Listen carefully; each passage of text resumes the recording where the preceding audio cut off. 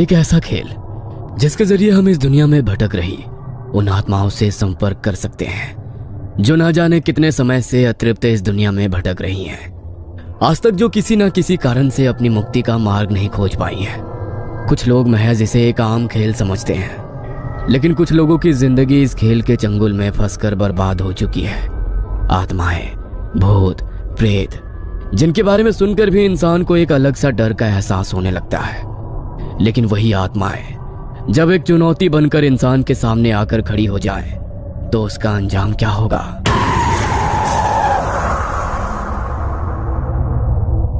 Peter, George, Daisy और Ruby चारों दोस्त अपनी कॉलेज की लाइब्रेरी में बैठे थे। तभी पीटर लाइब्रेरी के एक शेल्फ में हिस्ट्री की एक बुक ढूंढने लगा। तभी हिस्ट्री की एक बुक अचानक बुक शेल्फ से नीचे गिर गई। अरे वाह, इसे ही ढूंढ रहा था और ये खुद ही मेरे सामने आ गई। वरना इस लाइब्रेरी में तो किसी किताब को ढूंढना इतना मुश्किल है जितना नमक के पहाड़ में सुई। पीटर उस किताब को लेकर अपने दोस्तों के पास चला गया। वह पन्ने पलटते हुए उस किताब को पढ़ ही रहा था कि तभी उसे उस किताब के तीसरे पन्ने पर एक फोल्ड किया हुआ पेज रखा मिला। उसने उस पेज को उठाया और जैसे ही उसने खोलकर देखा तो उस पेज पर पेंसिल से प्लस का एक साइन बनाकर उसे 4 हिस्सों में बांट दिया था, जिसमें से 2 हिस्सों में बड़े बड़े अक्षरों में यस और 2 हिस्सों में बड़े बड़े अक्षरों में नो लिखा था। पीटर को उसे देखकर कुछ समझ नहीं आया, इसलिए उसने उस पन्ने को पलट दिया। लेकिन वो पन्ना पलटते हुए वो कागज हवा के कारण जॉर्ज के पैर पर गिर गया। जॉर्ज ने उस पेज को उठाया। अरे ये तो चाली चाली है, लेकिन यहाँ कैसे आया? चाली चाली? ये क्या है? अरे कुछ खास नहीं, बस एक गेम है। इंटरनेट पर देखा था मैंने। लोग इसे खेलकर आत्माओं से बातें करते हैं जिनका इस दुनिया में कोई अस्तित्व ही नहीं है। सब बकवास है। तुम्हें कैसे पता कि ये सब बकवास है? क्या पता इसके जरिए हम सच में आत्माओं से कनेक्ट कर सकते हो। तुम लोगों को समझ नहीं आता क्या? ये लाइब्रेरी है। इतनी देर से यहाँ पर चिल्ला चिल्ला कर शोर कर रहे हो। तुम्हें बातें करनी है तो बाहर चले जाओ यहाँ से। इतनी देर से सबको डिस्टर्ब कर रहे हो। अब सॉरी मैम, हम सब चले जाते हैं। डेजी अपने हाथ में उस पेज को लेकर वहाँ से जाने लगी। तभी उसके दोस्त भी उसके पीछे पीछे बाहर आ गए। देखो, मुझे तुम्हारे बारे में तो नहीं पता, लेकिन मुझे ये गेम जरूर खेलना है। इसीलिए आज रात को मैं अपने घर में ये जरूर खेलूंगी। अगर तुम में से किसी को मुझे ज्वाइन करना हो तो वो मेरे साथ आ सकता है। आ सकता है नहीं, आना ही पड़ेगा, क्योंकि इसे तुम अकेले नहीं खेल सकती।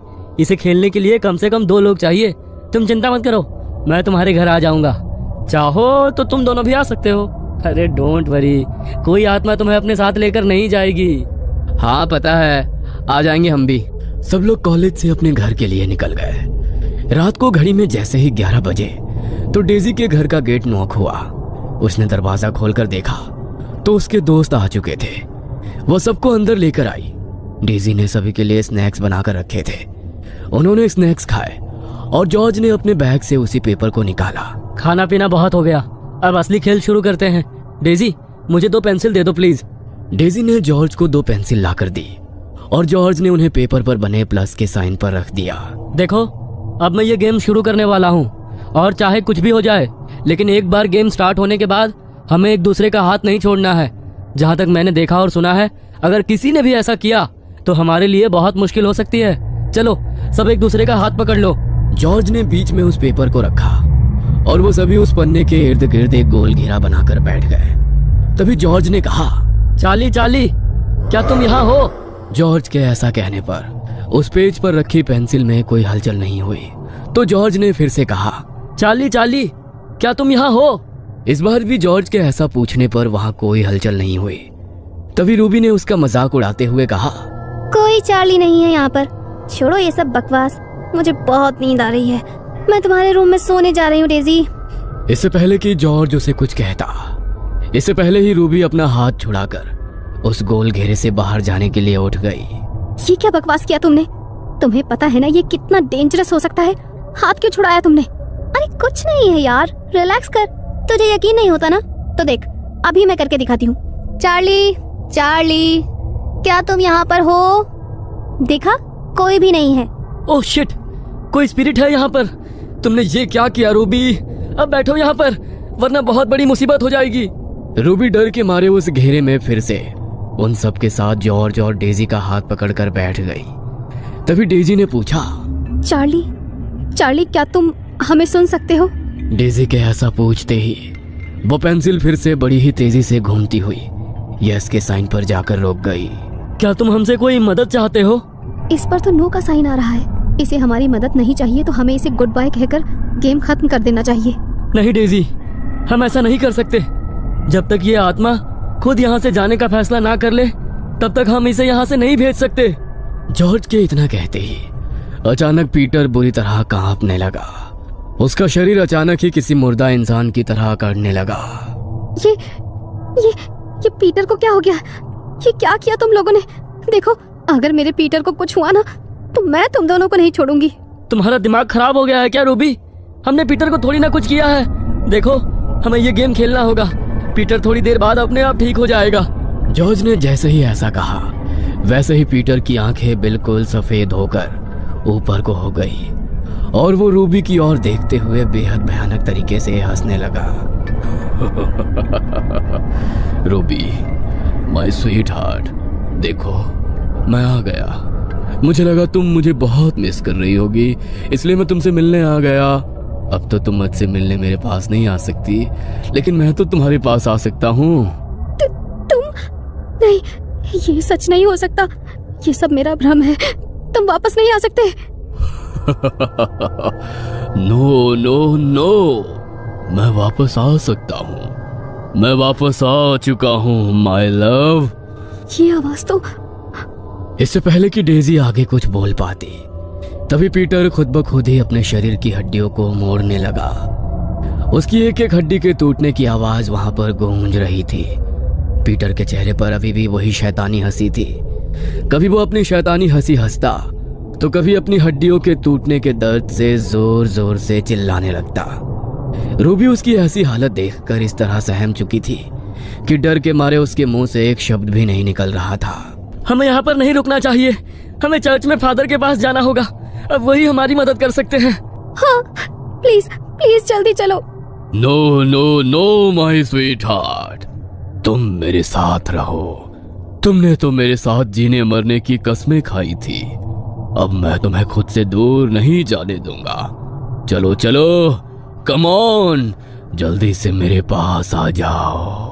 नहीं नहीं, दूर हटो मुझसे। नहीं, दूर दूर हो जाओ।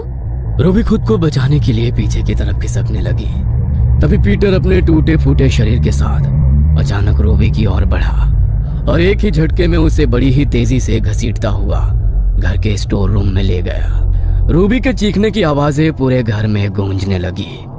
वो मदद के लिए बेहद बुरी तरह चिल्ला रही थी। जल्दी करो जॉर्ज, हमें फादर के पास जाना होगा वरना वो दोनों। घबराओ मत डेजी, उन्हें कुछ नहीं होगा। जल्दी चलो। वो दोनों ड्राइंग रूम की खिड़की के रास्ते से जल्दी से भागते हुए घर के पास वाले चर्च में पहुंचे। लेकिन जब तक वो दोनों वहां पहुंचे तब तक फादर वहां से जा चुके थे। दोनों ने अपनी सुरक्षा के लिए चर्च में रखे होली क्रॉस के लॉकेट को अपने अपने गले में पहन लिया। उनके पास अब मदद के लिए कोई रास्ता नहीं था, इसलिए उन्होंने चर्च में रखे होली वाटर की बोतल को उठाया और जल्दी से घर आ गए। घर आते ही वो दोनों स्टोर रूम की तरफ गए जहां पीटर रूबी को घसीटते हुए ले गया था। लेकिन उन दोनों ने जैसे ही स्टोर रूम का दरवाजा खोला तो सामने का नजारा देखकर उनके रोंगटे खड़े हो गए। पीटर की तरह ही अब रूबी के शरीर की हड्डियां भी बुरी तरह टूट चुकी थी। उसकी आंखों की पुतलियां भी अब पूरी तरह सफेद पड़ चुकी थी। जॉर्ज ने उन दोनों को हाथ लगाकर देखा तो दोनों ये दुनिया छोड़कर जा चुके थे। वो दोनों ही इस सदमे को बर्दाश्त नहीं कर पा रहे थे। जॉर्ज ने उनके घर वालों को इन्फॉर्म किया और अगले दिन उनकी डेड बॉडीज को कब्रिस्तान में दफन कर दिया गया। पुलिस ने भी इस मामले में अपनी इन्वेस्टिगेशन की, लेकिन पुलिस को भी उनकी मौत से जुड़ा कोई सुराग नहीं मिला। डेजी अपने बेडरूम में अपनी आंखों में आंसू लिए खड़ी हुई थी। उसकी आंखों के सामने दीवार पर एक तस्वीर टंगी हुई थी। आपने जैसा कहा था मैंने बिल्कुल वैसा ही किया। मैंने आपका बदला ले लिया भैया, ले लिया आपका बदला मैंने। दरअसल डेजी का बड़ा भाई स्टीव रूबी से बहुत प्यार करता था। वो उससे शादी करना चाहता था, लेकिन डेजी सिर्फ उसके पैसों के लिए उसके साथ थी। उसने स्टीव को बहुत बार बेवकूफ बनाकर उससे पैसे हड़पे और उन पैसों से वो अपने दूसरे बॉयफ्रेंड पीटर के साथ अय्याशियां करने लगी। पीटर रूबी के बारे में ये सब कुछ जानता था, लेकिन वो भी पैसों का भूखा था। रूबी ने स्टीव का बहुत फायदा उठाया। लेकिन एक दिन जब स्टीव को इस बारे में पता चला तो वो ये सब सह नहीं पाया और उसने अपनी जिंदगी को हमेशा के लिए खत्म कर दिया। अपने भाई के चले जाने के बाद डेजी बिल्कुल अकेली हो गई। उसके माता पिता तो उनके बचपन में ही उन्हें छोड़कर जा चुके थे और अब डेजी के सर से उसके भाई का साया भी छीन गया। डेजी लाख कोशिश करने के बाद भी ये समझ नहीं पा रही थी कि उसके भाई ने ऐसा क्यों किया। तभी एक दिन उसे अपने भाई के बिस्तर के नीचे एक डायरी मिली जिसे उसने अपनी जान लेने से पहले लिखा था। अपने भाई की मौत की सच्चाई जानकर डेजी और ज्यादा टूट गई। उन दोनों से अपने भाई की मौत का बदला लेकर उसे अपना भाई वापस तो नहीं मिल सकता था, लेकिन अपने भाई की मौत का